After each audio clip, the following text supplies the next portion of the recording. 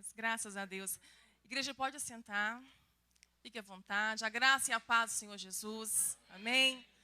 Quero agradecer também, a vida do pastor Gerson, a pastora Joseli, essa igreja tão amável, e que essa unidade continue, porque é o que dá saúde ao corpo de Cristo, é a unidade. Eu fiquei muito impactada com tudo, principalmente com o almoço. Pera, pastor Jorge, vou explicar. Gente, foi de graça. Não, de graça porque vidas se ofertaram. Ofertaram alimentos e se ofertaram como voluntários para fazer. Não foi cobrado nenhum tostão para toda a igreja se alimentar. Gente, isso é maravilhoso. Sabe, isso aquece o nosso coração, né, amor? Em todo o Brasil são pouquíssimos lugares, igrejas que vimos isso. Isso é bom demais, que o Senhor continue prosperando essa igreja, para que essa igreja seja generosa em abençoar cada vida, cada servo, cada família aqui representada. Amém, queridos? Que o Senhor possa retribuir, reverter para as mulheres que colocaram a mão na massa, cozinharam, homens que se doaram, se ajudaram em servir. Isso é maravilhoso, que o Senhor retribua vocês. Tá? Eu sei que toda vez que há esse movimento de um evento, desavenças também acontecem, contendas, mas a alegria do Senhor te cure. Que a alegria do Senhor possa curar toda a raiz de amargura, porque é isso que o diabo ele tenta fazer. E nós vamos continuar hoje com a palavra. Antes de passar o testemunho é muito forte, irmãos. Muitos aqui que estão conosco, tanto na internet como já estão visitando aqui, já conhecem o meu testemunho. E o livro, ele conta tudo. Essa 4ª edição, ela é além do câncer, porque o meu vale começou não com câncer. Os nossos vales começaram quando Cristo nos converteu. Quando passamos a ser conhecidos no inferno como filhos de Deus. É assim que começa o nosso vale. E a direção que Deus deu para esse livro, dessa 4ª edição, é um livro inédito. Quem leu até a 8ª tiragem da 3ª edição do Vale de Baca, esse aqui é outro livro. É um outro livro. É um livro que começa do começo. Porque o leitor, quando ele vai lendo, ele vê como Deus vê. Deus nos olha, Ele nos vê numa panorâmica. Ele vê tudo. A gente não, a gente é preso ao tempo, passado, presente, futuro. Para Deus não existe isso. Não existe. Ele vê pronto. Ele vê você e vê pronto. Então, o lindo é quando a gente olha para trás, na nossa vida, nossa história, e vê que Deus não desperdiçou nada. Nem dos erros que a gente cometeu, das escolhas que fizemos sem a direção dele. E esse livro, ele denuncia isso.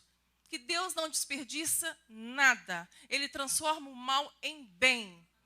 Não ficaremos sem a disciplina. Não ficaremos sem as consequências dos pecados. Porque nós não somos bastardos, nós somos filhos. E o pai disciplina, ele corrige o filho que ele ama. Então esse livro traz uma história contando tudo. E é uma história muito intensa. Aqui tem história minha do primeiro casamento, casei muito novinha, fui mãe muito nova, fiquei viúva muito nova. Tudo na minha vida é muito precoce. O câncer é precoce, a avó precoce, tudo é precoce. Uma pressa para viver. E Deus, eu sinto que Deus tem essa pressa na minha vida. E quando Ele nos chamou, eu e Ariston, em todo esse contexto de uma doença grave, queridos, hoje eu sei que nós não temos que entender nada.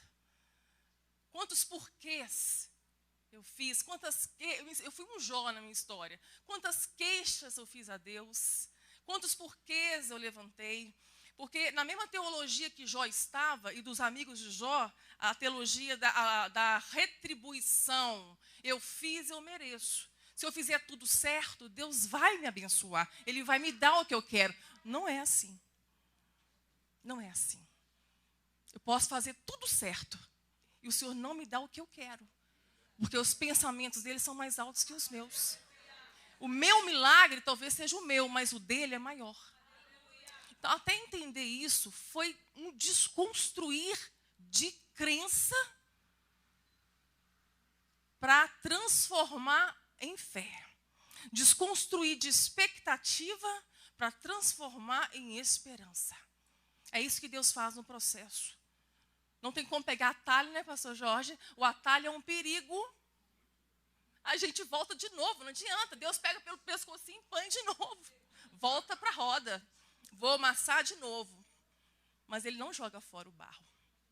Ele faz um vaso novo. Ele não abre mão de nós, queridos. Isso que é o maravilhoso da graça. Isso que nos constrange na graça.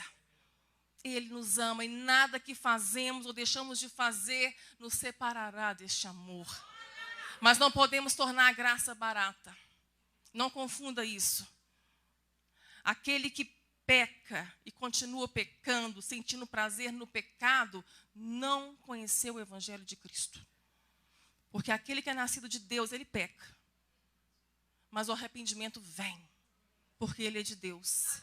Porque nem para arrepender sozinhos nós podemos. Porque para nós, sem ele, nada é possível.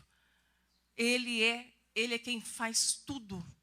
Sem mim, nada podeis fazer, nem arrepender. É o Espírito Santo que nos traz o arrependimento. Por isso não podemos entristecer o Espírito de Deus em nós. E quando ele traz o arrependimento, aquele que nasceu de novo, ele confessa a sua transgressão. Ele aceita a disciplina. Esse aí conheceu a graça. A graça não é barata. O preço foi muito alto, queridos. Então, quando Deus nos chama, então, com uma demanda aí de missionários itinerantes, Deus fez nossa vida dar um giro de 180 graus. Mudou tudo. E com uma responsabilidade, aquela que ele nos deu lá no princípio da igreja. Descerá sobre vós a virtude do Espírito Santo, e ser-me-eis testemunhas em Jerusalém, em toda a Judéia, Samaria e aos confins da terra. Testemunha de quem? De quem, queridos?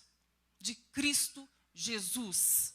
O que eu tenho que testemunhar então? O que uma testemunha faz no tribunal? Ela diz o quê? A verdade. A missão de cada um aqui, chamado por Cristo, é ser testemunha da verdade, de quem Ele é. O meu testemunho é maravilhoso, é forte, incomoda, é ofensivo.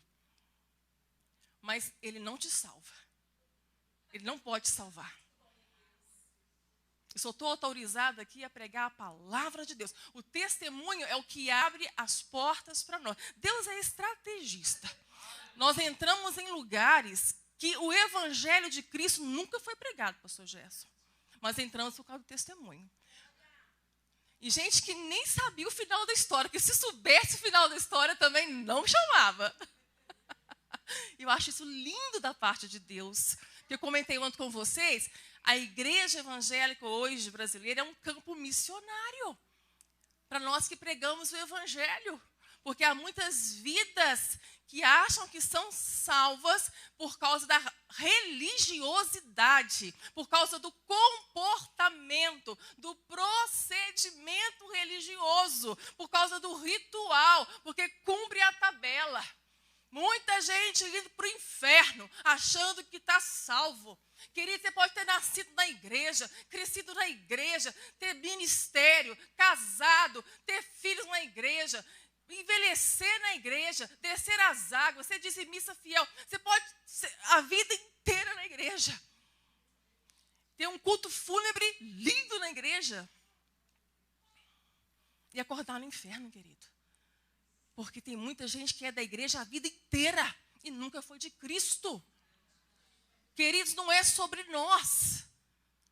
Tudo isso aqui não é sobre nós, não é sobre você, não é sobre os seus sonhos, não é sobre os seus projetos, não é sobre os seus milagres, não é sobre nós. Deus está esmagando a nossa esperança humana. Deus está esmagando a fé humana. Deus está esmagando a expectativa. Porque é tudo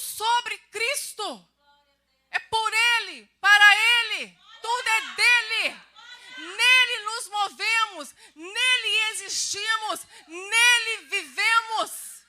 Nunca foi sobre nós. A obra do Espírito Santo é transformar você em uma oferta para este mundo. O que é ser Cristo? É ser uma oferta para este mundo. O que Cristo veio fazer aqui? Se ofertar ao mundo. E o que Deus te salvou para ser? Um filho, um Cristo, para ser oferta neste mundo. A começar em Jerusalém, na sua casa, nos seus vizinhos, nos seus inimigos, Samaria e aos confins da terra. Essa obra começa em você. E ela passa de você, ela vai para a sua casa. E ela se estende para todos os lugares. Vou dar o testemunho, mas vou pregar, mas vou testemunhar da verdade de Cristo junto. Eu estou autorizada por Deus a pregar todas as vezes que eu pego o microfone. A pregar como se fosse a última vez. Eu recebo até um mimo de Deus quando Ele tira a minha dor. Quando isso acontece, isso me alegra muito o coração. Mas Deus não deixa filho curioso. Deus não deixa filho curioso. Um dia eu tive curiosidade de perguntar a Deus, mas se eu pregar com dor, como que seria pregar com dor? Ele deixou eu pregar com crise. Cadê a Lícia? Lícia, você lembra? Eu preguei com crise. Uma crise. Eu preguei de olhos fechados. Sabe o que Deus faz? Ele nos esmaga. Porque quem faz a obra é o Espírito Santo. Ele só nos usa como instrumento, queridos. Não há capacitação em nós, não há. Nada em nós. Nada que é do homem. Tudo do Espírito Santo de Deus. Então, abra o teu coração para que a tua crença hoje se transforme em fé. Para que a tua expectativa seja transformada em esperança. Porque crença é acreditar que Deus vai fazer e me dar o que eu quero. Fé é descansar num Deus soberano e que tem controle sobre tudo. E levar ao mais alto nível a adoração que Jó elevou a Deus. O Senhor me deu, o Senhor tomou. Olha que teologia fantástica, maravilhosa de Jó. Quando ele responde à esposa dele, nós temos recebido o bem do Senhor. Não vamos receber também a adversidade? Só queremos Deus para receber o bem? Só temos buscado a Deus pelo bem? Não vamos receber a adversidade? A palavra de Deus não nos fala para ser gratos, sejais gratos por tudo. Sejais gratos em tudo. Eu não posso agradecer a Deus, eu não posso ser grata a Deus por um abuso. Eu não posso ser grata a Deus por uma tragédia. Mas o Senhor nos ensina em tudo dar graças. Porque em tudo há um propósito. Ainda que nós não vamos entender, não é para ser entendido. Deus não tem obrigação de te explicar nada. Nada. Por isso que a teologia dos amigos de Jó foi tão frustrante. Tão frustrante, porque ninguém explica Deus. Ele faz como ele quiser. Assim ele fez com a minha vida e assim está relatado no livro. Não tenham preguiça de ler, queridos. Eu convido vocês a ler, a terem coragem de ler. É um livro que tem transformado a crença em fé. Tem ensinado pessoas a saírem da meninice para a maturidade. É isso que Deus quer e tem pressa de fazer em nós. Amém? Então o livro vai estar ali fora. A gente trouxe a maquininha do cartão. O livro é R$ 39,99. Mas tudo bem, o Ares está passando 40 vezes, né? Nós fomos denunciados ontem. Mas amém, querido. É R$ 39,99. Um investimento para a sua fé. Não tenha pressa de ler. Mas não deixe de ler. Ah, não gosto de ler.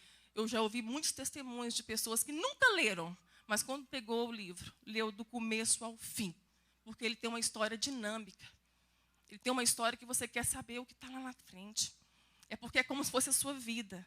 Deus olha e está pronto. É a sua vida sendo contada. Você vai se ver nele. Amém, queridos? Amém. Vamos lá para o vídeo. A hora voa. O vídeo eu passei ontem.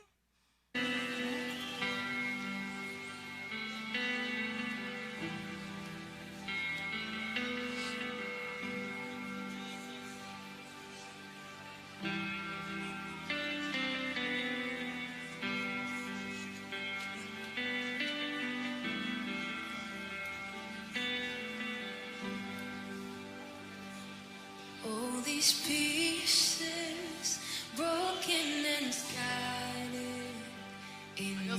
9 anos, eu tive a convulsão. A cirurgia aconteceu e eu perdi o lado esquerdo do corpo. Voltei do hospital na cadeira de rodas com uma sentença que eu nunca mais andaria. A hemiplegia, no meu caso, foi uma perda neural, uma perda grave e irreversível.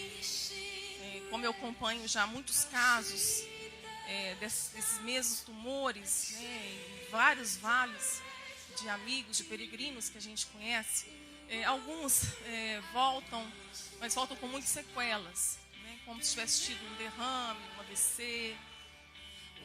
Se conseguir andar, já é um milagre, queridos. Mas tem muitas sequelas. Aí eu falo das dores que a gente sentia nos choques. Abaixo de Deus, a fisioterapeuta Karine, foi um instrumento dele na minha vida. Em 12 dias de total hemiplegia, Deus me colocou em pé. Isso ninguém explica. Fisioterapia não explica, neurologista não explica, medicina não tem resposta para isso. Mas nesse dia foi um domingo, pela manhã, na ceia da igreja, no domingo de manhã, Deus usou um servo para falar comigo: filha, hoje eu estou te curando. Eu não movia nem a mão, nem o pé, nem o dedo. Quando foi à tarde, quando o Aras me passa a cadeira de rodas para o sofá, eu senti o lado esquerdo. E eu dei os primeiros passos. E na peleja do dia, puxando, tentando colocar a perna, tem como parar só um pouquinho? Para só um minutinho. Só um minutinho, que isso é muito importante. Era um desafio muito grande, o peso do corpo. Então, no andador, a perna direita entrava, mas a esquerda não. Ela abria e eu não conseguia dar o passo. Mas já podia ir no banheiro sozinha, amém? A glória. Lembre-se disso, queridos. São coisas que nós fazemos e não percebemos. Como é bom você poder fazer algumas coisas sozinha, sabe? E a gente que é mãe, é esposa, o banheiro é um lugar bom. A gente tranca a porta ali, mas... amor, mãe, rapidinho também, já está perdendo a privacidade. Mas eu já podia ir. Então, isso é muito importante. E nessa peleja do dia, tentando colocar a perna dentro do andador e batendo toda hora no ferro, estava com a canela roxa já. E meinha no pé. E eu escutei, gente, eu ouvi a voz do Espírito Santo. Olha o que ele disse: coloque o salto. Isso é assim mesmo que eu fiz. Ri. Eu vou cair, né? Vou cair. Mas eu obedeci, queridas. Eu obedeci. E algo inédito, incrível, assombroso aconteceu. Na hora que eu coloquei o salto, me elevou. A perna esquerda elevou na mesma proporção da direita. E ficou mais leve. Na hora que eu coloquei a direita dentro, a esquerda veio. E eu comecei, então, agora, andar de andador de salto alto. Eu já podia ir no banheiro de salto alto. É o Deus do salto. Mas Deus tinha pressa, por quê? Ao sair do hospital, operei nas mãos de um dos melhores médicos do Brasil. Um dos neurocirurgiões mais renomados do Brasil, no Biocor. Quando ele disse que eu não andaria mais, e ele foi me dar alta, eu falei assim: doutor, Deus tem um projeto na minha enfermidade. Gente, eu orei tanto para conseguir falar isso com ele. Deus tem um projeto na minha enfermidade. O Senhor faz parte desse projeto. E Deus havia colocado no meu coração, queridos, não era expectativa, esperança. Uma esperança firme, uma perspectiva segura que eu andaria de novo. Não era coisa na minha cabeça. Porque se Deus não me quisesse levantar da cadeira de rodas, Ele não levantaria. Eu estaria aqui fazendo a obra. E o nome dele estaria sendo glorificado. Porque nada impede o evangelho de Cristo ser pregado, doença nenhuma, cadeira de roda, nada, prisão, cadeia, nada impede o evangelho de Cristo ser pregado. Mas Deus foi desafiado naquele quarto, naquele dia. Ele se aproximou de mim e falou assim, quando eu falei com ele que eu iria andar, ele falou assim: então você volta para a revisão em 30 dias, Maristela. Volta andando. Eu falei: em nome de Jesus. Achei que o médico era crente, gente. Era tudo muito novo. Eu não sabia que isso era irreversível. Hoje eu sei que foi um desafio para Deus, não foi para mim. Por isso ele me colocou de pé. E não era só me colocar de pé. Não era só chegar no hospital em 30 dias no andador. Deus faz além. Em 30 dias me colocou sobre o salto alto. Eu estava andando normal e perfeitamente. Melhor do que hoje.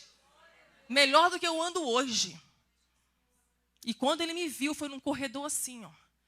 Foi um encontro de filme.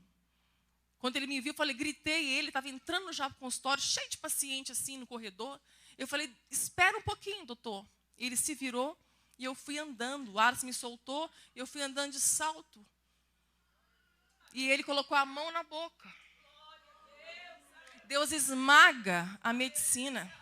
Deus usa até onde Ele quiser. Mas a resposta é do Senhor. Ele é médico dos médicos, queridos. Ele está no controle da ciência. Ele está no controle da medicina. Ele está no controle de tudo. Ele não perde o controle. Pode soltar agora. Em 30 dias depois da cirurgia, já não andava sozinha. Ah, passou? Tá, isso aqui já andou um pouquinho. Eu tive a segunda, né, a recidiva, o tumor voltou. Como eu tenho um tumor grave, esse tumor é incurável pela medicina. Eu fiquei curada. Nós chamamos de remissão da doença por 1 ano e 11 meses. E no final de 2007, eu tive o terceiro tumor dessa família de câncer. O terceiro não pôde abrir minha cabeça mais. Aí, meu médico do Horizonte me manda para São Paulo, onde eu fiquei 2 meses em tratamento de radiocirurgia, beneficência portuguesa. Pensa no deserto, queridos. Pensa nas experiências.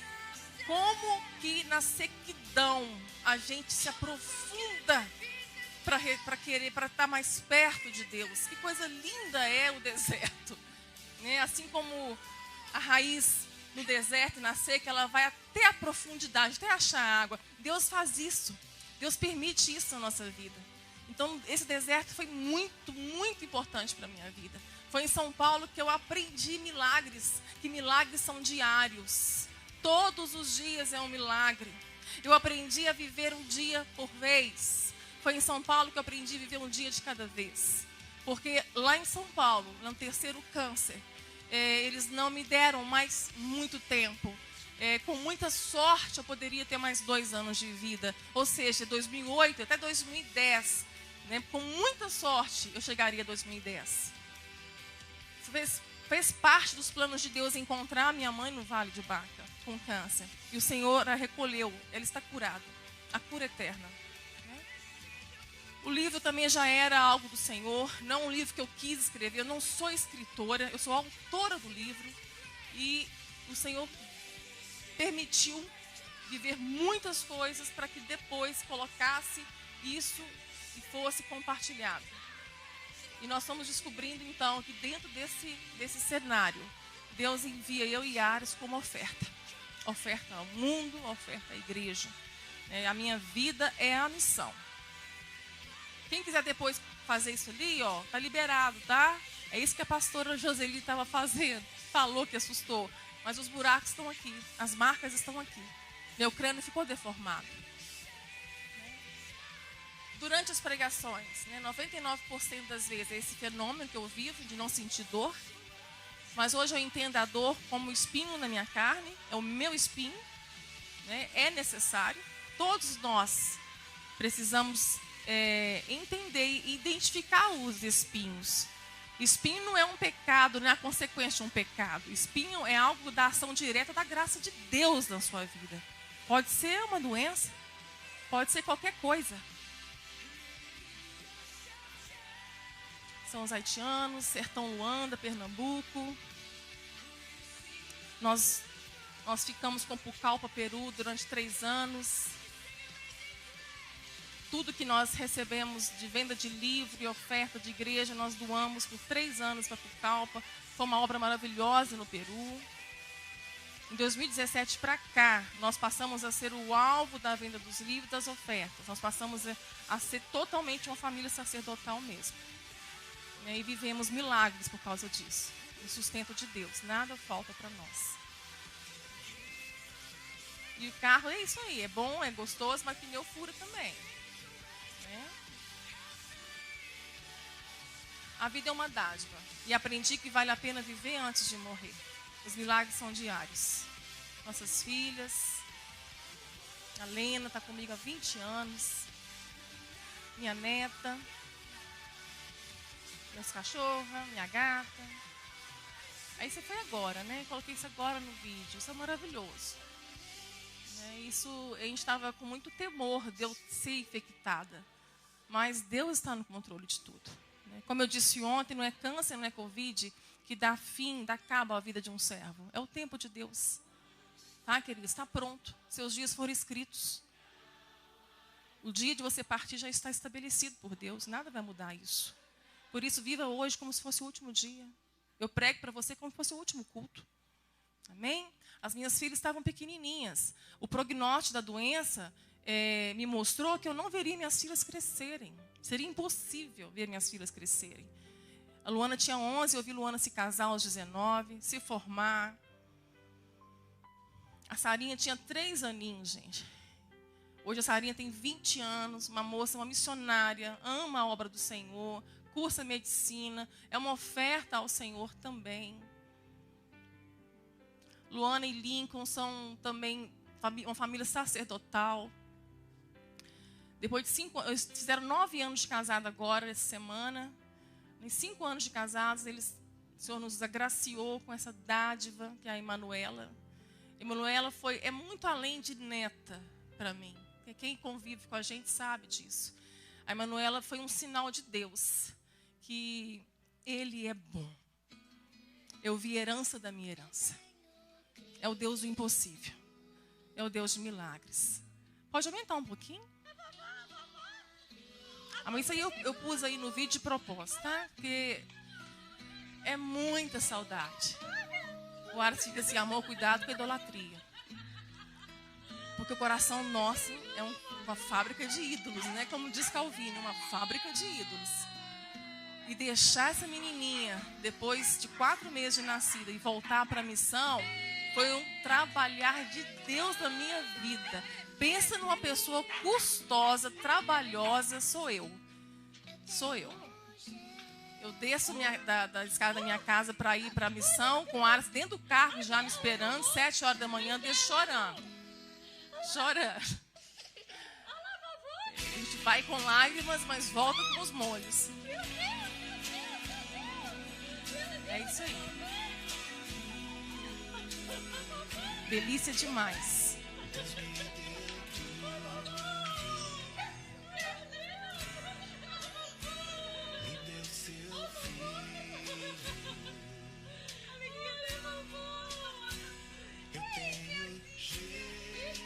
A Cleo, a Luri está ali também. A Cleo está bem velhinha já. A Cleo já não ouve mais. Está caducando.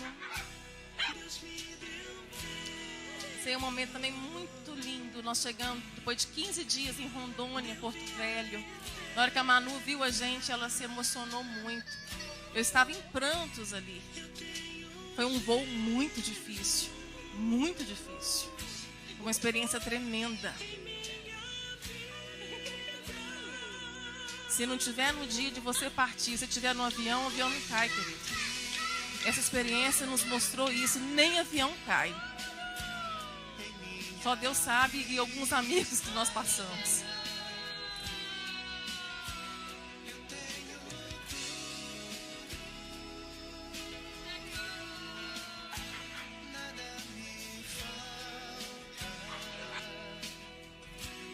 Esse texto o Senhor nos revelou em 2008.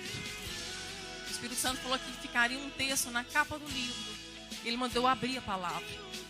Não morrerei, mas viverei e contarei as obras do Senhor. Isso é para você, querido. O Vale de Baca é seu. Você não vai morrer. Enquanto Deus não quiser, você vai viver para contar as obras dele. Uma jornada de quase 17 anos no Vale de Baca. Um testemunho de vitória. Obrigada por nos prestigiar e assistir nesse pequeno vídeo. Deus abençoe. Amém, queridos. Pode acender a luz. Eu vou vou entrar no testemunho em alguns trechos muito importantes, alguns processos muito dolorosos, que Deus vai falar muito com você. Mas eu quero ler Jó 42. Os irmãos podem estar abrindo Jó 42.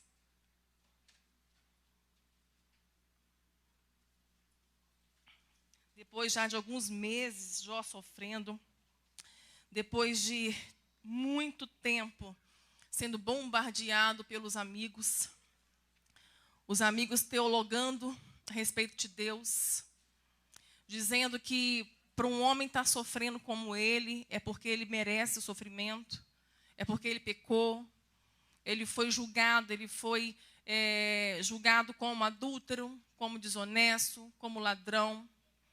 E um homem que não sabia nada do que estava acontecendo com ele. Ele não sabia da causa do que estava fazendo isso com ele.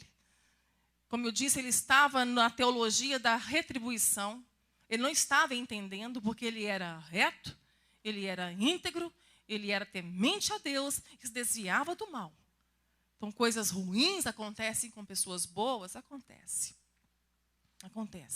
Só que isso paira até hoje, essa teologia paira até hoje.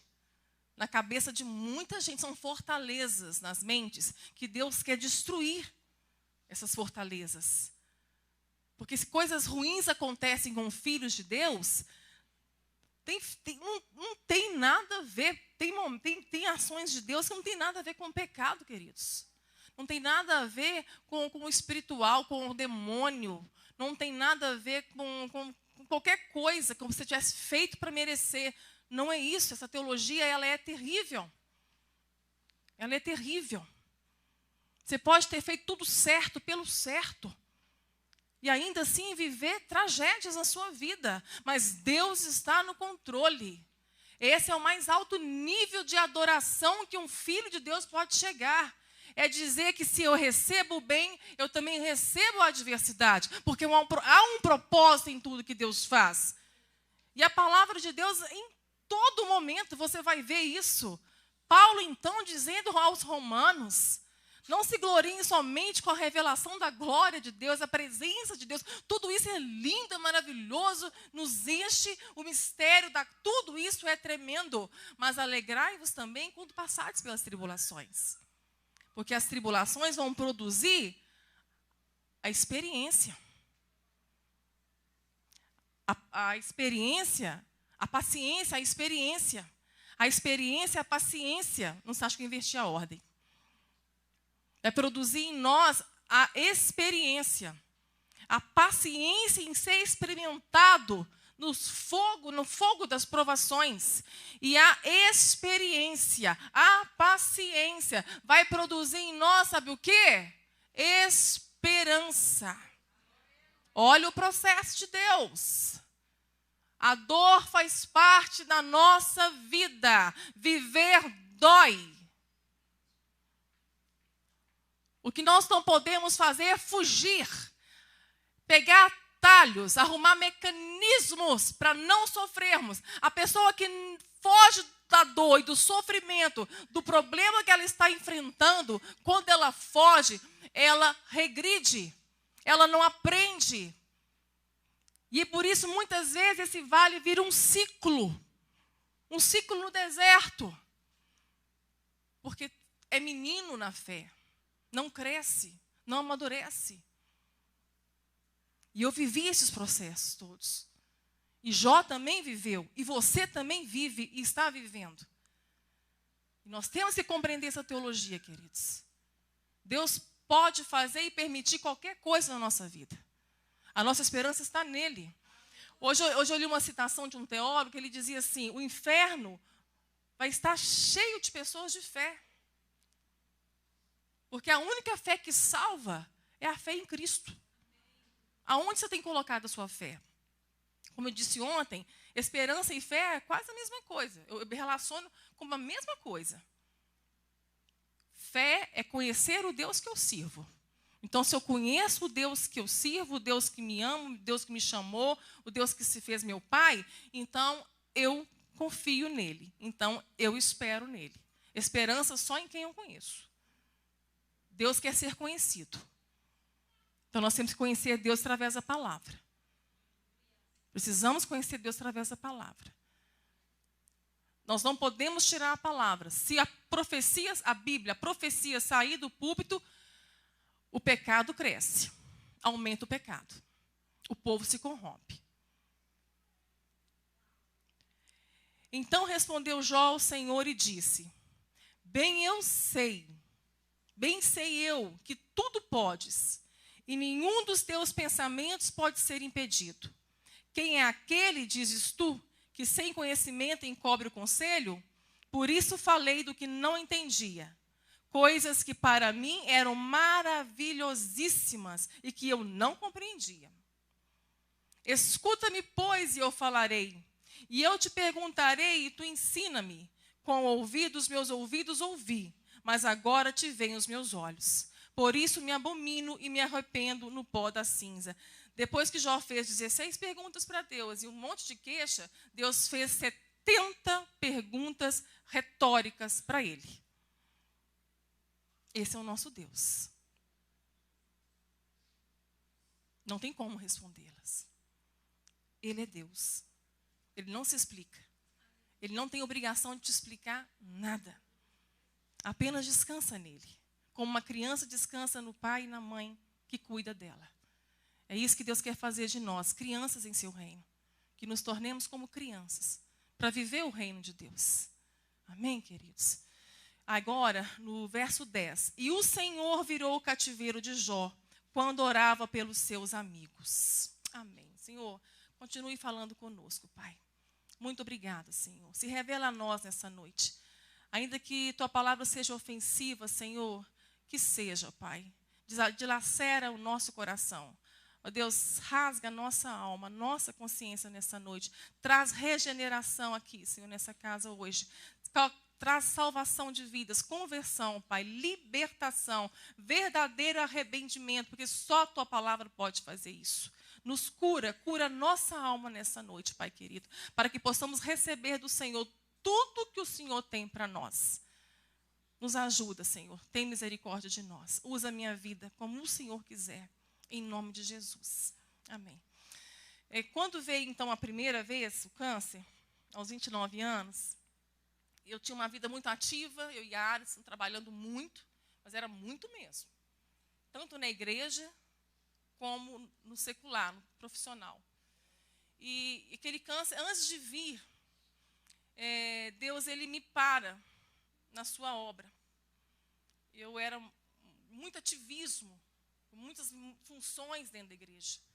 Estava conversando com a Jandiara, com o pastor Jorge, como nós experimentamos do sistema religioso, e Deus permitiu. Deus permitiu que eu fosse, mais do que o Ares, que eu fosse engolida pelo sistema, pela religiosidade, por tudo. Eu comecei a viver mais a instituição do que a minha família. E isso é um paradoxo muito sério, que eu vejo muitas famílias servindo na casa do Senhor, enquanto o lar está vulnerável. Isso é um paradoxo. Isso não pode acontecer. A igreja do Senhor começa na sua casa. O culto a Deus não começa no templo. E olha que nós tivemos aí 8 meses para viver isso, experimentar isso. Gente que está presa ao sistema, à instituição, à placa, desesperou nesses 8 meses, porque não tinha culto. Não deu conta de ter culto online. Não deu conta, porque precisava estar aqui. Precisava tocar. Precisava sentar. E é gostoso demais. Mas vocês estão entendendo o que eu estou falando. O nosso culto começa na hora que acorda. O culto a Deus, queridos, é como você trata a sua esposa. O culto a Deus é como você trata teu marido. O culto a Deus é o testemunho que você dá em casa aos seus filhos. É um culto a Deus. Tudo que nós fazemos é um culto a Deus. Aqui é só extensão. Aqui é quando nós nos reunimos como igreja e é delicioso. Como isso faz falta, queridos. Nós vimos o quanto isso faz falta. Como nós nos fortalecemos. Não existe igreja sozinha. Ninguém vai para o céu sozinho. Não existe cristão sozinho. Não existe discípulo sozinho. E Deus, ele foi me mostrando que a obra que ele queria na minha vida, em primeiro lugar, era a dele. Aí deu um curto-circuito na minha mente. Porque eu coloquei tudo que eu fazia para ele em primeiro lugar na minha vida. Aí que eu fui entender que eu fazia muita coisa para Deus, querido, sem Deus. Eu não tinha tempo nem para Deus. Alguém se identifica? Não precisa levantar a mão, não. Enquanto isso, relacionamentos em casa esfriando. Não tinha tempo para eles. O marido reclamando. E Deus foi ajustando. Foi colocando em ordem a casa. Antes do câncer vir, 2 meses antes, ele me tira da função que eu mais idolatrava. Aí que eu fui descobrir também a idolatria do meu coração. Porque tem coisas que, se tirar de nós da igreja, tem gente que morre. Passa mal, adoece. Se perder o microfone, se perder a oportunidade, se perder a função, a fé estava naquilo. Não entende? Eu desesperei na hora que Deus tirou essa função. E no meu desespero, o pastor orando por mim, Deus falou através do pastor: filho, eu faço isso por teu bem. Não entenderás agora. Não é para entender. E nessa semana eu te darei um sonho. E o sonho foi esse: eu quero a minha obra em primeiro lugar na sua vida. A obra do Espírito Santo na sua vida, querida, é o amor de Deus em você e através de você. É a sua vida sendo transformada em Cristo. Como oferta de Deus para a sua casa, para a sua família, para a sua igreja, para todas as pessoas para onde Deus te enviar. Essa é a obra do Espírito Santo. Eu só posso agradar a Deus quando eu estou no centro da vontade dEle. Quando eu faço algo para Deus, quando a motivação é certa. A motivação é para agradá-lo e não para agradar o homem. Não para ser visto. Por isso que o dom do serviço é maravilhoso. Porque a pessoa que tem o dom do serviço, ela não espera nada em troca. Ela faz por amor. Não espera reconhecimento, não espera agradecimento, porque ela já recebeu do Senhor. Fé, queridos, não é para alcançar aquilo que eu quero que Deus me dê. Fé é para entregar aquilo que eu já recebi de Deus. Precisam ser transformados na nossa mente, queridos.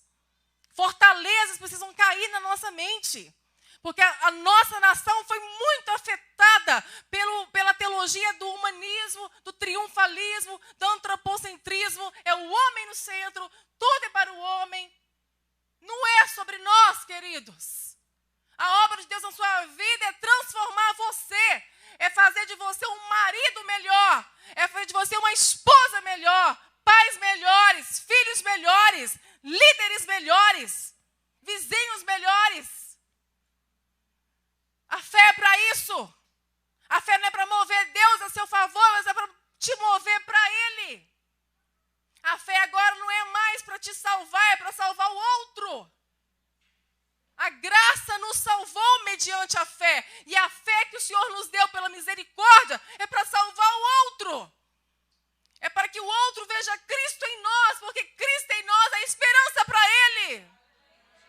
Deus não vai descer aqui porque Ele já fez isso.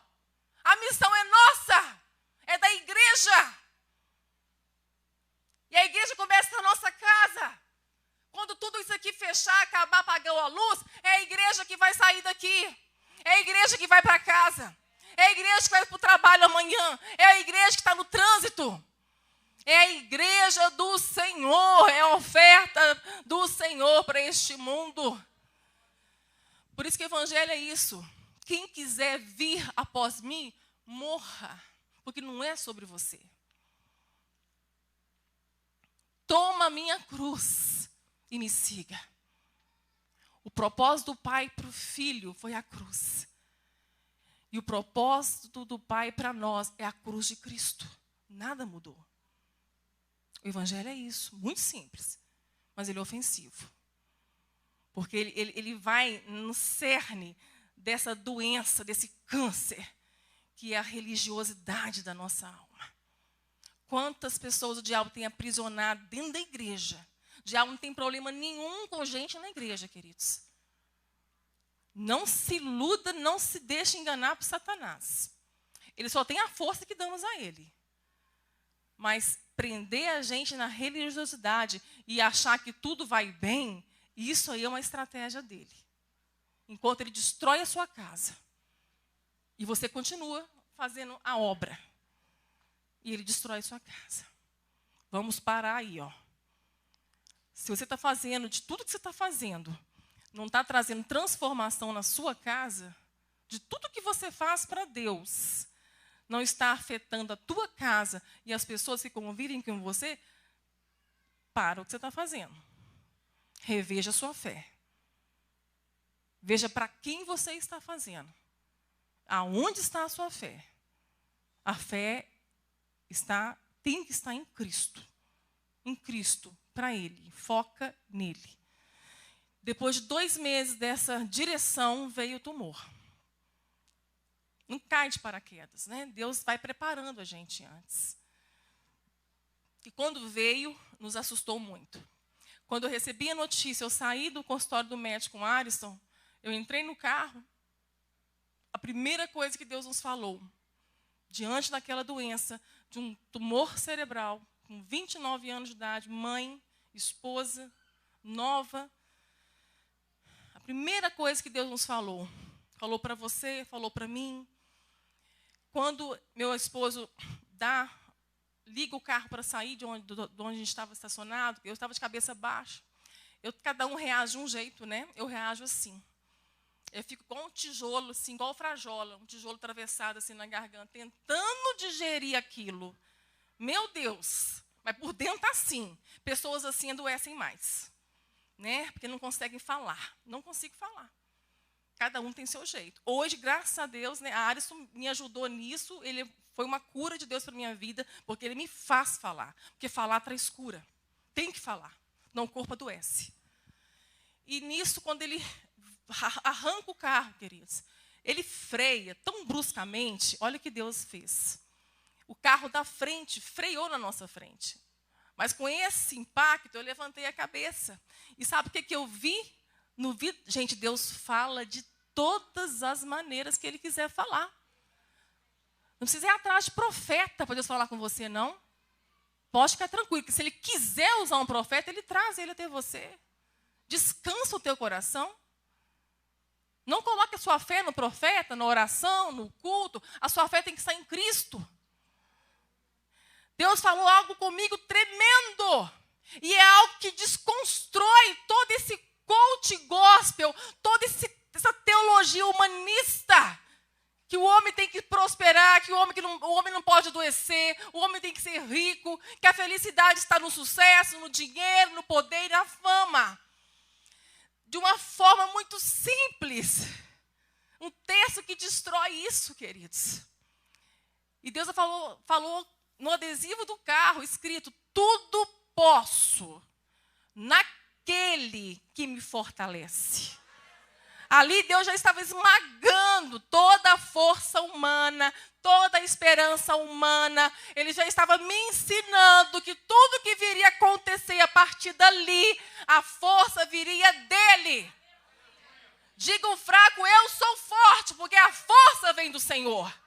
A força não está no homem. A força não está em você, na sua capacidade, no que você tem, nos seus diplomas.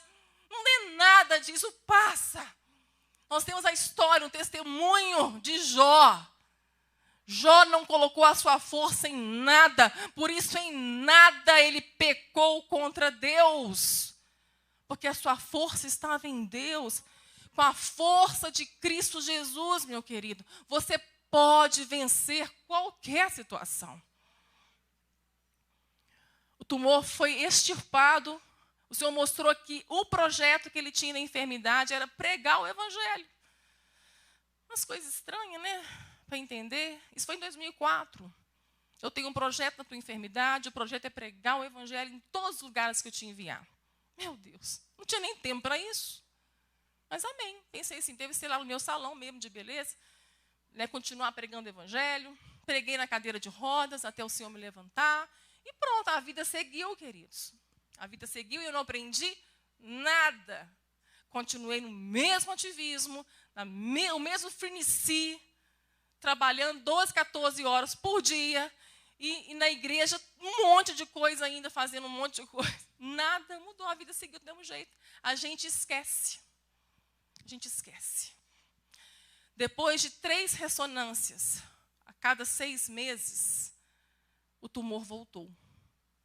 Mas antes que eu soubesse que eu ia pegar a ressonância, sexta-feira, lá no Correio da minha cidade, vindo lá de Belo Horizonte, antes que eu soubesse que o tumor havia voltado, o Deus do antes, numa quinta-feira, num culto de oração, Deus usa novamente um servo dele.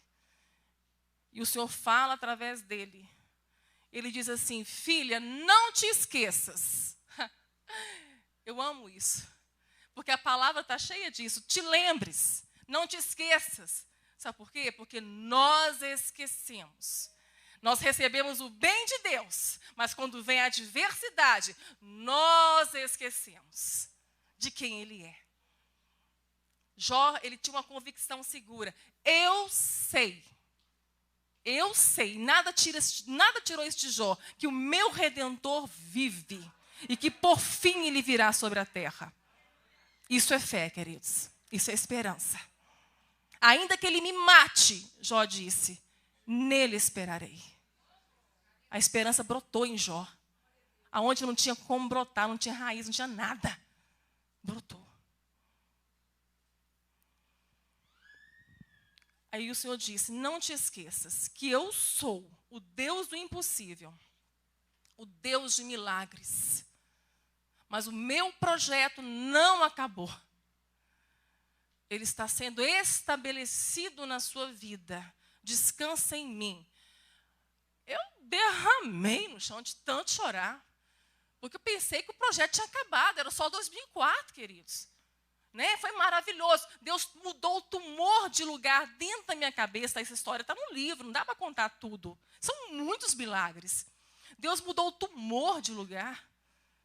Deus ajudou a medicina a me operar. A medicina não podia me operar. Eu já fui desenganada antes da cirurgia. E Deus mudou em 40 dias 2 ressonâncias com resultado diferente. Amados, tumor não anda dentro do cérebro. Mas Deus fez isso. A minha história é regada de sinais, de milagres de Deus. Depois Ele me levantou da cadeira de roda, me colocou num salto alto, fez meu cabelo nascer. A minha cabeça, a radiocirurgia afetou de forma irreversível. O bulbo capilar não produziu mais cabelo. E quando eu descobri que era irreversível, eu não sabia. Eu coloquei a mão na minha cabeça, em prantos, chorando no meu banheiro, e falei: Senhor, Tu és dono de tudo. Tu criaste os céus e a terra e o mar e tudo que nele há. Uma palavra do Senhor basta. E o Senhor pode dar ordem a cada folículo, a cada bulbo da minha cabeça para produzir cabelo, Senhor. Chorando, queridos. Em uma semana, minha cabeça escureceu. Todinha, os poros, os pelos começaram a sair. Deus faz o que lhe apraz. Ele faz o que Ele quiser. Mas se quisesse me deixar careca aqui, eu ficaria. Amém, igreja? Se Ele faz, Ele é Deus. Se Ele não faz, Ele continua sendo Deus. Amém? O tumor foi extirpado, o segundo. Aí que veio também uma sequela que é também irreversível, que é a perda da coordenação do lado esquerdo. Hoje eu tenho muita dificuldade. Eu tive que aprender a lidar com essa limitação do meu lado esquerdo.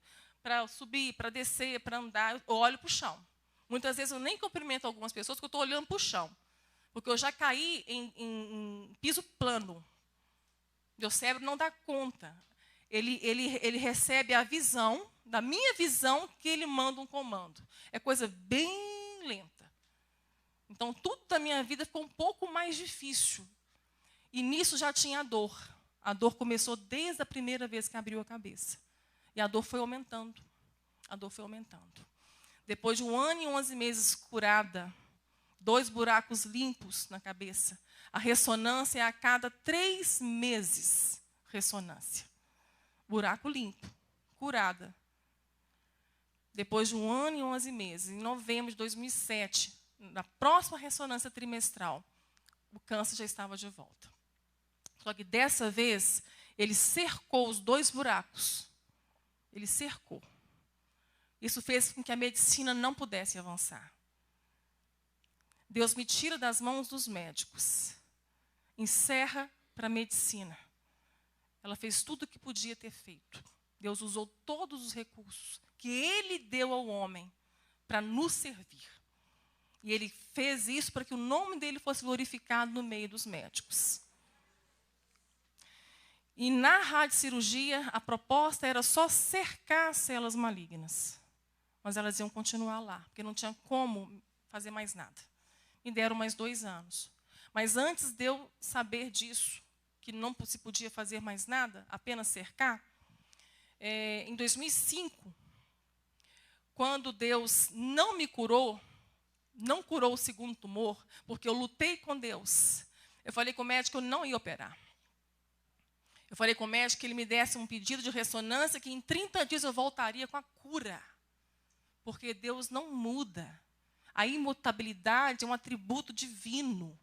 Então, se ele falou que ele era Deus de milagres, Deus do impossível, então eu associei que ele tinha que me curar, então. Que ele estava dizendo era isso, que eu não me esquecesse. Porque ele ia operar o milagre.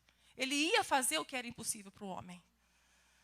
Então, 30 dias se passaram, sabe como, queridos? A minha teologia, tentando convencer a Deus que Ele tinha que me curar. Porque eu já estava convencida que eu merecia a cura. Porque eu fazia tanta coisa para Ele, pastora. Né? A teologia da retribuição, causa e efeito, meritocracia. Um evangelho que paira nas mentes.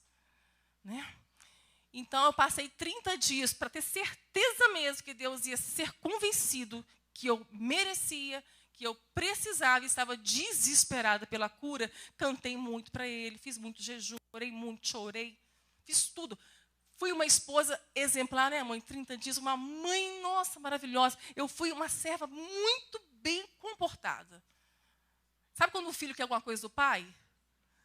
Vocês são pais, né? Quem é pai que sabe. Quando os nossos querem alguma coisa da gente, a manipulação, não importa a idade. A minha netinha fica assim, por favorzinho, vovó, por favorzinho. Gente, a gente faz a mesma coisa com Deus. Olha, Senhor, para mim, olha como eu sou, olha o que eu faço, olha o que eu fiz, olha como eu mereço, olha como eu dedico para Ti. Né? 30 dias passaram e eu fui buscar a minha vitória, o meu milagre, lá na ressonância, estava na hora. Quando eu pego o resultado, o médico olha para mim, Maristela, infelizmente, está do mesmo jeito. Eu só escondi a palavra do Senhor no meu coração para não pecar contra Ele. Mas aquilo ali foi um divisor de águas da minha fé, da crença para a fé. Ali a Maristela estava começando a crescer, a amadurecer, depois de 30 anos no Evangelho, desde 10 anos de idade. E eu guardei aquela palavra no meu coração e fui para casa em prantos por dentro. Quando eu cheguei em casa chorando, porque eu tinha que dar notícia para porque eu convenci todo mundo. Eu convenci a igreja, a ceia estava marcada já para glorificar Deus pela cura. Eu convenci minhas filhas, eu convenci meu marido, convenci meus pais, minha família. Eu convenci todo mundo que eu seria curada, queridos. Uma fé na fé, eu tinha uma fé na minha fé.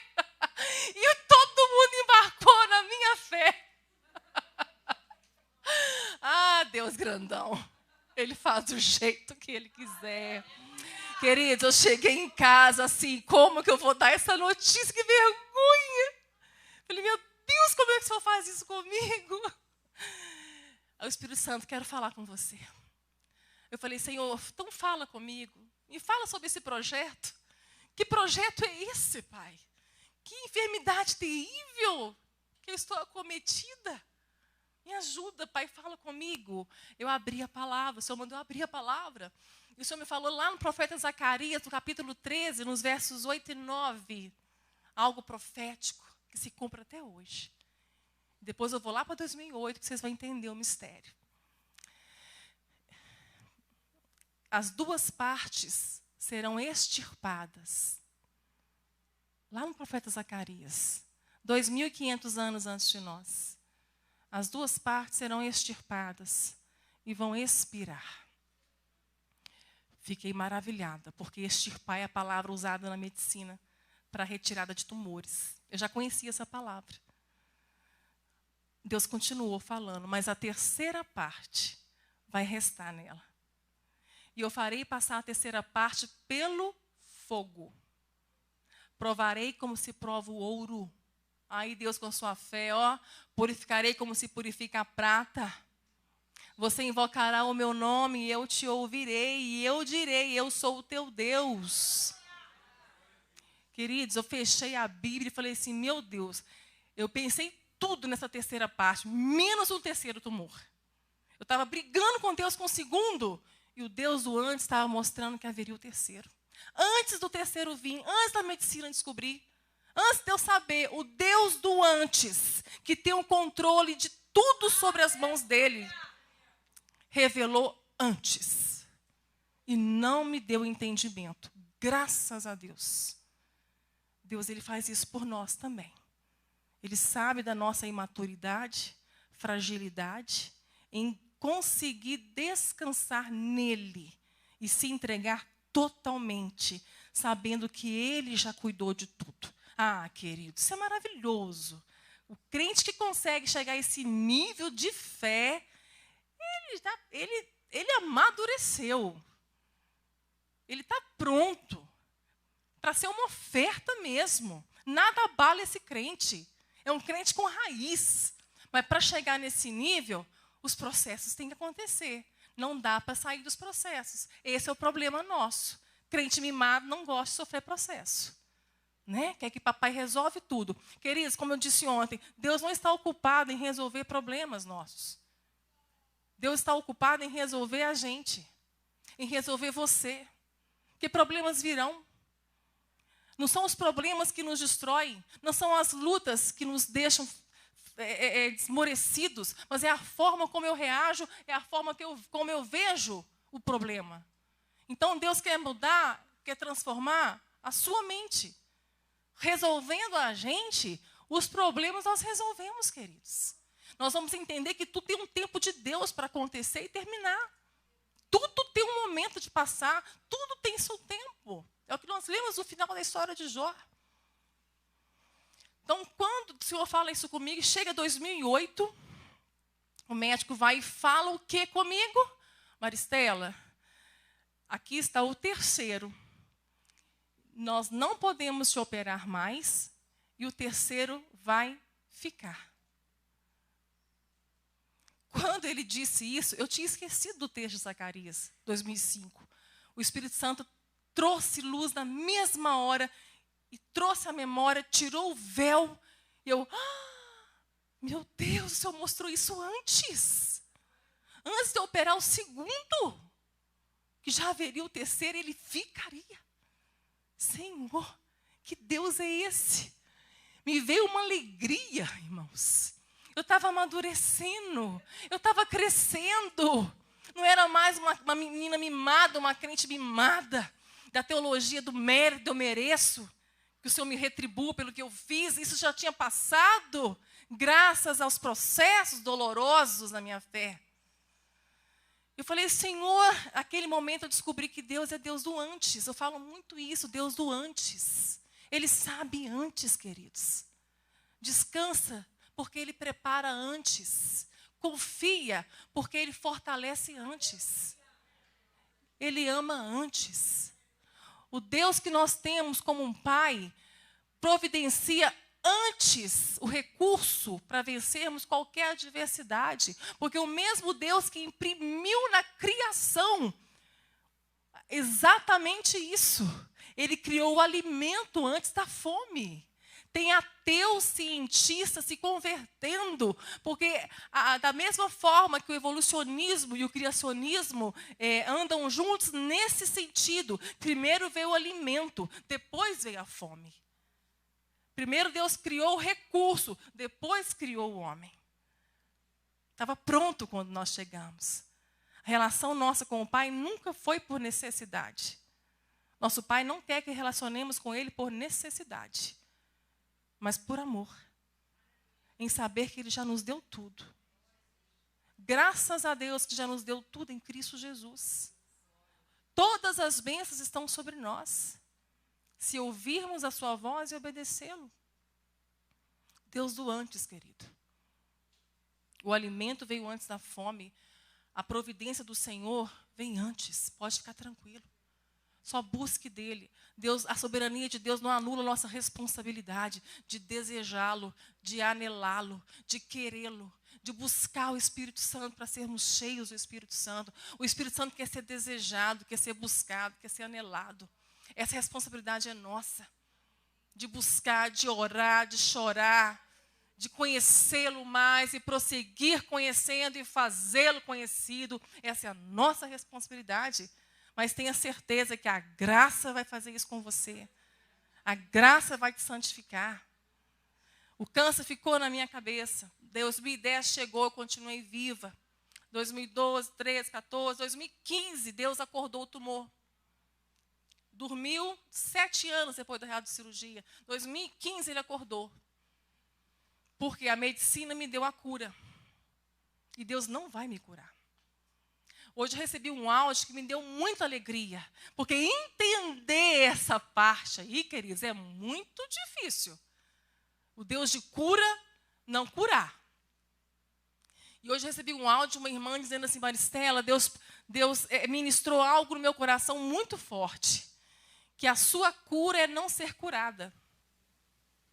Eu falei, que bênção, que bênção alguém quando alcança esse entendimento. Que maturidade alcançar isso. Amados, o Senhor não curou o câncer do cérebro, mas o Senhor curou a minha alma.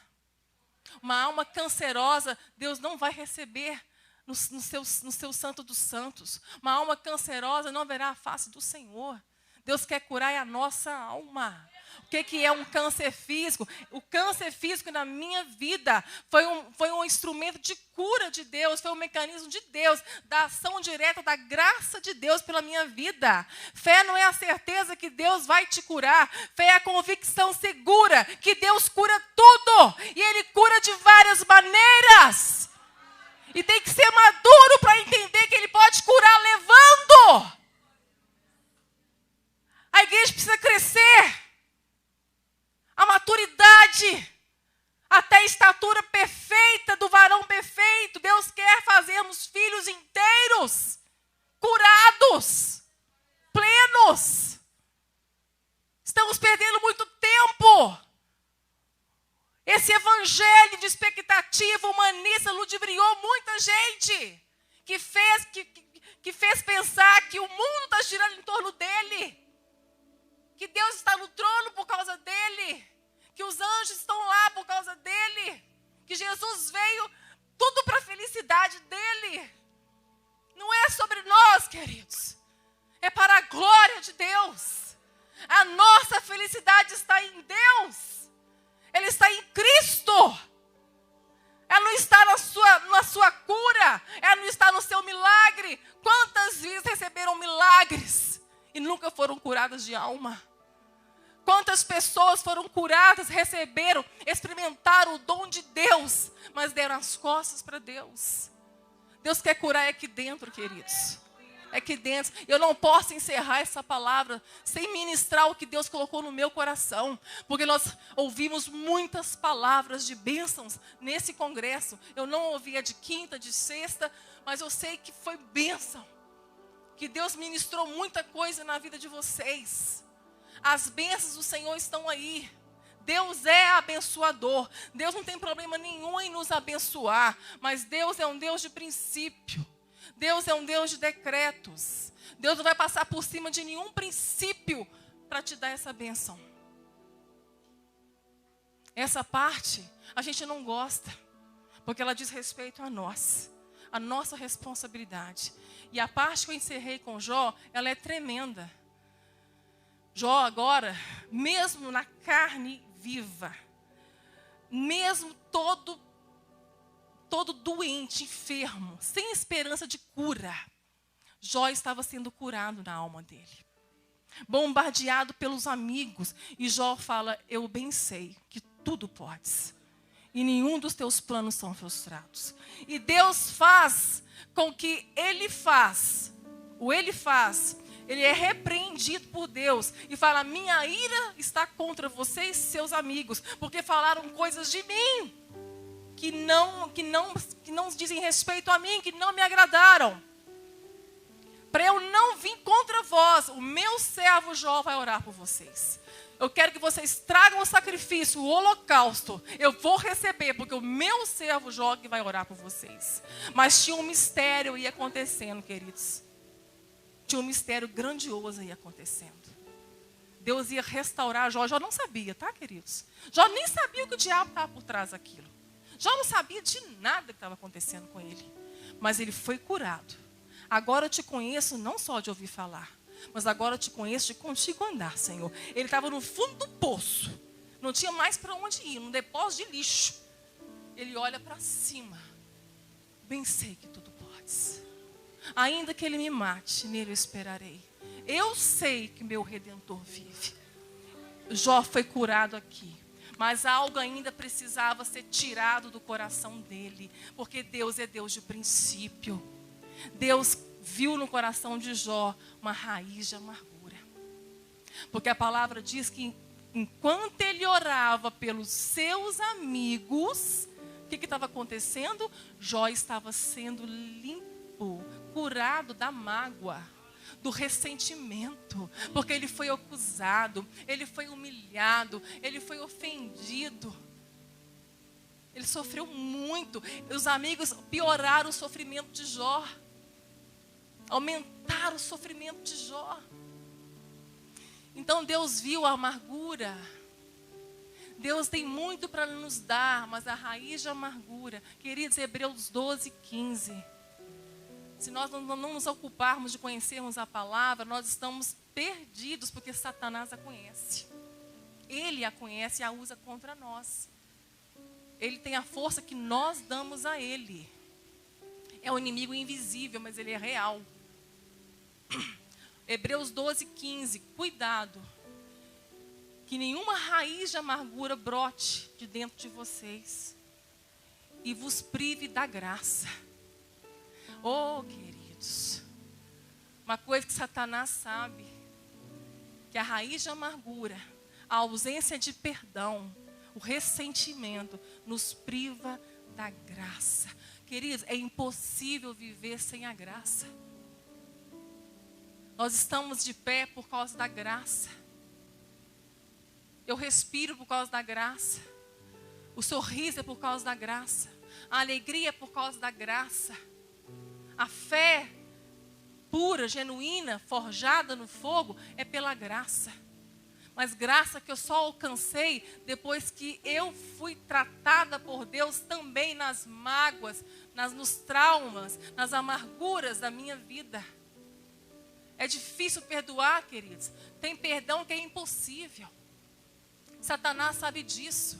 Enquanto você não perdoa, as bênçãos de Deus estão retidas para a sua vida. Vocês estão entendendo isso? A gente não pode sair daquela porta, ouvindo tanta coisa nesse congresso, achando que Deus vai derramar, vai abrir o céu, vai chover, sem termos a consciência que uma raiz de amargura te priva da graça e de tudo que Ele tem para a sua vida. Satanás sabe disso. Mas agora ele vai só ver o que ele vai saber depois o que Deus está fazendo no teu coração. Porque assim como ele ficou mudo depois que Jó orava pelos amigos, enquanto Jó orava pelos amigos, Deus restaurou tudo em dobro. Tudo em dobro. 14 mil ovelhas, 1.000 juntas de boi, 6 mil camelos, 1.000 jumentas, mais 10 filhos. Por que não foram 20 filhos, queridos? Por quê? Isso nos revela algo. Porque Jó não perdeu os 10. Os 10 estavam com o Senhor. Agora ele tinha 20 filhos. Por que não? Por que outra esposa não? De tudo que ele perdeu, por que ele não perdeu a esposa, queridos? Deus não deixou Satanás tocar na esposa. Por quê? É uma só carne, queridos. Uma só carne. Essa mulher gerou mais 10 filhos. Tudo foi restaurado. Deus faz isso, amados. Mas Jó teve que limpar o coração na oração. Ele orou pelos seus amigos. A palavra de Deus, o Evangelho nos manda orar pelos nossos inimigos. Perdoar aqueles que nos perseguem. Queridos, é difícil, às vezes é impossível, como eu disse. Eu ouço pessoas que vêm conversar comigo de abusos difíceis, impossíveis de perdoar. Mas quando perdoam, é o céu que se abre. E aquelas pessoas são curadas e Deus envia aquelas pessoas como instrumento de cura. Para curar muitos. Nas mesmas consolações que somos consolados, Deus nos usa para consolar, queridos. Deus não desperdiça a sua dor e o seu sofrimento. Perdoa.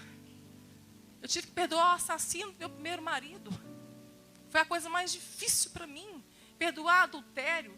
Gente, é muito difícil. Eu fui muito provada na área do perdão. E eu sei o quanto isso nos priva da graça. Eu sentava no banco da igreja. O louvor do meu coração não subia. Não havia alegria. Não tinha a graça de Deus sobre a minha vida. Eu estava sobrevivendo. Deus não quer que nós sobrevivamos. Deus quer nos dar uma vida plena e abundante nele. Deus tem vida plena e abundante, queridos. Para Deus não é nada te abençoar. Para Deus não é nada transformar essa situação.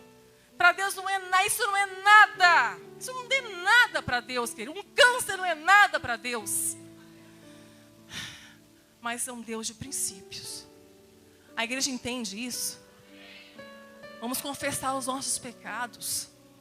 Vamos nos arrepender. Vamos nos prostrar diante do Senhor. Para que toda a amargura, toda a seta do inimigo, tudo que veio para nos impedir de receber o que Deus preparou para esse congresso, hoje seja derrubado. Que possamos alcançar aquilo que Deus tem para nós. Que nós possamos alcançar aquilo que Deus preparou para nós e estabeleceu para a nossa vida. Porque não te esqueças que Ele é Deus de milagres. Ele é Deus do impossível. Mas o maior milagre que Ele quer fazer na sua vida é curar a tua alma. Fecha os teus olhos, igreja. Eu vou fazer um desafio à igreja. Um desafio que, quando Deus me direciona para fazer, eu faço. Eu sei que Deus falou com você, com cada um em particular. Mas há vidas aqui que Deus está salvando nessa noite. Há vidas aqui que estão sendo regeneradas pela primeira vez. Talvez crentes de 10 anos, 20 anos. Mas Deus está despertando hoje a mente. Destruindo fortalezas. Abrindo os olhos espirituais para ver a luz. A luz que brilha, a porta aberta. E qual que é o desafio? A igreja toda de olhos fechados. Todos de olhos fechados. Esse apelo é para todos nós, queridos. Crentes, não crentes, visitantes, não importa. De onde você estiver. Se hoje o Espírito Santo te trouxe a luz, que Ele tem uma vida para você, na presença dEle que você ainda não viveu, mesmo estando na igreja, mesmo sendo religioso, você ainda não viveu, pode ser que hoje você esteja nascendo de novo. É necessário nascer de novo. O convite para essa noite é, se você hoje quer entregar a tua vida ao Senhor, você não vai vir aqui na frente, queridos. A igreja toda orando, todos de olhos fechados. Se você quer entregar a tua vida ao Senhor nessa noite, de onde você estiver, só levanta a tua mão. Só levanta a tua mão de onde você estiver. Eu não quero que você venha. Amém. Pode abaixar a tua mão, querido. O Senhor te viu. Todos de olhos fechados. O Espírito Santo está falando com você. Examina, pois, a tua fé. Veja se a tua fé está em Cristo. É isso que Paulo fala à igreja de Corinto. Vê se ela está em Cristo. Ou se já estáis reprovados. Deus quer nos dar hoje. Deus quer nos aprovar nessa noite, queridos. Hoje Ele está com a porta aberta. A porta da salvação ainda está aberta. Se você hoje quer, expressar hoje a Deus aquilo que Ele já fez dentro de você hoje, que é entregar a sua vida a Ele. Faça isso com um sinal. Amém. Pode abaixar a tua mão, querido. O Senhor te viu. Quem quiser, amém. Pode baixar a tua mão. O Senhor te viu. Amém. Pode baixar a tua mão. O Senhor te viu. Amém. Pode baixar a tua mão. Sua confissão é pública. O que vai sair dos seus lábios é da porta para fora. Que o teu coração é algo secreto que nem Satanás sabe. Mas agora ele está vendo. Ele está vendo o que o Espírito Santo está fazendo na tua vida. Você não pertence mais a Ele. Você não é mais escravo dele. Você é servo do Altíssimo. Hoje os seus olhos foram abertos para ver isso. Você não vai sair daqui da forma que você entrou. Mas há mais vidas aqui que o Senhor está regenerando nessa noite. Se quiser hoje entregar a tua vida ao Senhor, amém. Pode abaixar a tua mão, o Senhor te viu. Amém. Pode abaixar a tua mão, o Senhor te viu.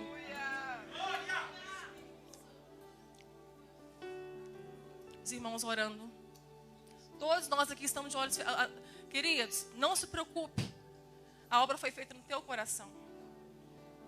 A forma de você levantar a mão é denunciar isso no mundo espiritual. Porque Satanás não sabe o que acontece no secreto. Ele não é onisciente. E nós declaramos com as nossas mãos, glorificando o nosso Deus por tudo que Ele está fazendo. É por isso que eu peço que você levante a sua mão, se você quer entregar a sua vida ao Senhor Jesus hoje de verdade. Talvez pela primeira vez. Amém. Pode abaixar a tua mão. Mais alguém, querido? Quer fazer isso hoje? Com plena consciência de que a porta está aberta para que você entre. Vinde a mim, todos vós, que estáis cansados e sobrecarregados, que eu vos aliviarei. Tomai sobre vós o meu jugo e aprendei de mim, que sou manso e humilde de coração, e encontrareis descanso para as vossas almas, porque o meu fardo é leve e o meu jugo é suave. Há mais alguém? Podemos encerrar? Pai, muito obrigada pela obra que o Senhor operou nesta noite. Foi uma obra que veio da palavra, da pregação do Evangelho, porque a fé vem pelo ouvir. E ouvir a mensagem da cruz. Ouvir a palavra do Senhor. A tua palavra ela é viva. A tua palavra é eficaz. Ela é cortante. Ela vai até a junta em medula, alma e espírito. Nada se esconde diante da tua palavra. Diante da tua palavra nós estamos nus nessa noite. Obrigada, Senhor. Porque mesmo da forma que o Senhor nos vê, que apesar de nós, o Senhor nos ama, o Senhor nos aceita, o Senhor nos limpa, o Senhor nos lava, o Senhor nos liberta de toda culpa, de todo medo, porque o verdadeiro amor lança fora todo medo. Pai, que haja uma cura completa nesta igreja, não só uma cura espiritual, mas também uma cura emocional, uma cura física, porque há muitas doenças também que originam-se de uma alma enferma, de uma alma cancerosa, que aqueles aqui que estavam retendo o perdão, que nessa noite eles saiam daqui deliberados para perdoar, livres da cruz, livres em Cristo Jesus para perdoar, e também para pedir perdão a quem eles ofenderam. Nos faz, Senhor, um povo sadio. Nos faz um povo curado. Nos faz uma família curada. Porque uma família forte, uma família curada, é o que vai fazer uma igreja ser forte. Uma igreja curada. Ó Pai, esses que entregaram as vidas hoje ao Senhor, que levantaram as suas mãos como sinal de redenção, que confessaram o Senhor no coração, onde o Senhor tudo vê. Pai querido, que essas vidas agora, com a mente agora, Senhor, renovada, entrem no processo de uma transformação de glória em glória, até que Cristo seja formado, Pai. É isso que nós pedimos ao Senhor, como um presente desse congresso, para que a nossa esperança esteja somente em Ti. Muito obrigada, papai. Obrigada, Senhor. Em nome de Jesus. Amém, queridos. Deus abençoe.